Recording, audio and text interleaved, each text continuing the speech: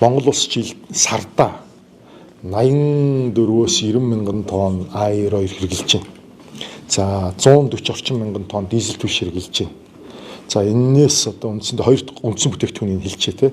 Энээс ерөөсөө 60 мянган тонн А92 дээр л одоо бид нар Орос улбаны улсаас шимтхан хэрэгжилж байгаа. Сар одоо $705 авч байгаа.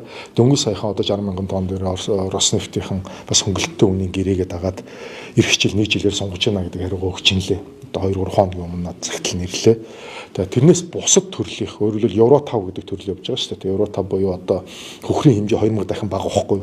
Одоо манай одоо хэрэгжилж байгаа Кыргызстан ус хэрэгжилж байгаа энэ Евро 2 стандарт буюу К2 стандартын энэ одоо А92 бензин чинь болвол стандартын хувьд бол хамгийн хоцрогцсон стандарт болчиход байна шүү дээ. Кыргызстан бас манай хувьд хэрэгжилж байна. За энийг бол ангаарлах үйлдвэрлэл хийдэг. Тэгээ түр үйлдэл шүү дээ. Хөхрийн хэмжээ нь ихэд одоо 2 дахин 2000 дахин их байдаг. Байгаль орчин хүнд ордог. Цаашдаа бол ерөөсөө Евро 5 руу орохоос өөр гарцгүй. Бүх улс даяар дэлхийд даяараа л тийм байгаа. Оросудаас ч гэсэн одоо Хятадудаас ч гэсэн Хятад бол ерөөсөө бүр Евро 5-аас доош байхгүй шүү дээ стандарт нь. Өөр гарцгүй. Олон улсын стандартад авахаас өөр гарцгүй. Дээрээс нь Улаанбаатар хотын захиргаач бас шийдвэр гаргацсан байна л. Тий, нэг сарын 1-ээс хотын төвөөр 92-д худалдаалахгүй гэдэг шийдвэр гарсан байсан. Хотын ногоон бүсэд 92-ыг худалдаалахгүй гэдэг шийдвэр. Евро энгийн 92. Юу нэг сарын 1 биш ухаан. Эх оны дундуур байсан санагдчих. Тэгж одоо ойлгосон байна. Зүгээр тэр стандарт энэ хүн амьтныхаа одоо байгаль экологийн эрүүл мэндийг бодсон ч уг нь тэрэн дээр. Гэхдээ бид бол нэг үгүй хэлэхэд бас ард иргэдээ маань ахуй амьдрал ямар байгаа вэ? Аль болох хямд үнэтэй одоо бензин авахыг хүсэж байгаа шүү дээ, тэ. Тэрэн дээрээ тэр 60 мянга дээрээ л одоо бид нар барьж чинь. Босон дээр нь чөлөөтэй байгаа. Евро 5 багхгүй юу? Тэр чинь одоо литр тутамдаа нэг 400 гаруй төгрөгийн илүү байгаа даа юм. Яагаад гэвэл тэр чинь цаанаас орж ирж байгаа үнэ үнэтэй байгаа даа байхгүй.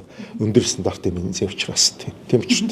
Сая улсын хурлаар бас нөхцөл байдал шүү дээ. Ийм хараа одоо та нарт бас нэг зүйлийг тодорхой хэлчихэхэд юу гэхээр ингээд байн байхгүй зүгээр гэдэг ингээд бид нар чинь ерөөсөө сар болго өөр нөхцөл байдалд амьдарч байна. Яагаад гэвэл бид нэр одоо 10 сарын нөхцөл байдал өөр, 11 сарын нөхцөл байдал өөр, 12 сарын нөхцөл байдал өөр. Үндсэн шалтгаан нь юу вэ гэхээр бид нэр сав суулгаа ерөөсөө бэлддэг. Нөөцлж авч хадгалж чаддаггүй. Нэг сарынхаа нөөцийг авлаа, гаргалаа, дараачихаа сарыг хүлээгээ суучдаг.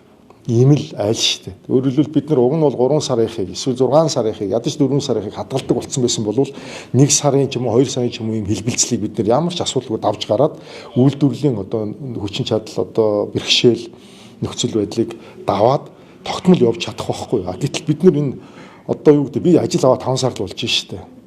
Тийм ээ. Тэгээ одоо сав суулгаар хууль гаргуулчаал ингээл явж байна. Өмнө хизээш юм бодлон шийдэл гарч ирсэнгүү.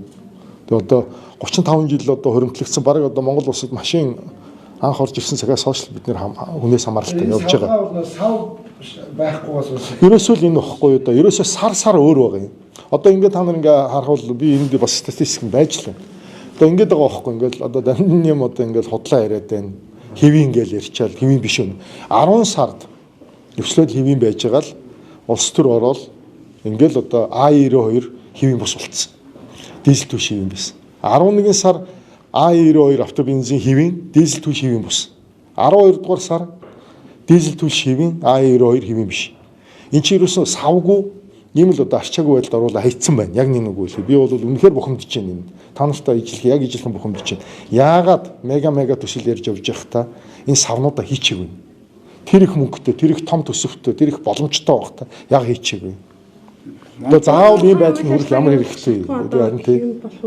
Уулуурхай үйл ажиллагаа явахад зарцуулагдах шалтгаан. Энэ сарын тухайд бол хэвэн байна.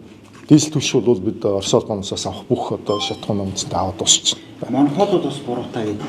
Ямар монголтой? Энэ одоо шатхуун савны асуудлууд 35 жил яригдлаа шүү дээ. Энэ хооронд эдгээр чинь жижиглэнгийн худалдаа хангалттай ашиг болсон.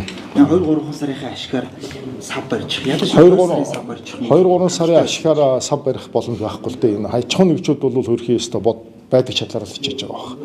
Хин ч гэсэн одоо ахиухан бүтээгдэхүүн аваад ахиухан зараад ашиг орлохоо бодно. Тэгэхээр би шатхуунчин бол өөрөө их тийм нэг одоо 100 төгрөгийг бол 12 удаа эргэлдүүлж олдог бизнес واخгүй юу?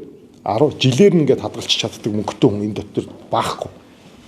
Манай аж ахуйн нэгжүүдийг бас би аж ахуйн нэгжүүдийг өмөрж байгаа юм биш. Би муу дургу одоо буруу үйл ажиллагаа явуулж байгаа үед нь хатуу байдаг. Нэггүй хэлэхэд бол энд том хэмжээний бодлого явуулж бид нар үндэснийхээ 100% гаднаас одоо хамааралтай энэ шатууны хамааралтай улс үжиж энэ 100%-аас хамааралтай байгаа байдлаа бууруулах чиглэлд том хэмжээний бодлогыг төрөл хийх ёстой шүү дээ. Тэр хийгээгүй байна л гэсэн үг. Энэ алтаагаа засна. Засахын Сая улсын хурлд бас юу шийдэх үгний болсон шүү дээ. Монгол улсаас репосын хөгжил тий одоо миний оруулсан хууль. Энэ хуулийнхаа дагуу бид одоо энэ сав суулганыхаа асуудлыг ойрын жилүүдэд яралтай шийднэ. нэг их 80 гаруй төгрөг. Тэг чи асар их мөнгө шүү дээ. Энэ их мөнгийг чинь одоо бид нэр бас зээлийн их усүрээр гаргаж өгч шийдвэрлэх гэдэг шүү дээ, тий. Энэ олон жилийн хугацаанд яагаад шийдчихээг юм бэ л гэдэг бухимдал надад ч гэсэн байна шүү дээ, тийм ээ. Одоо хийх гээл явж байна.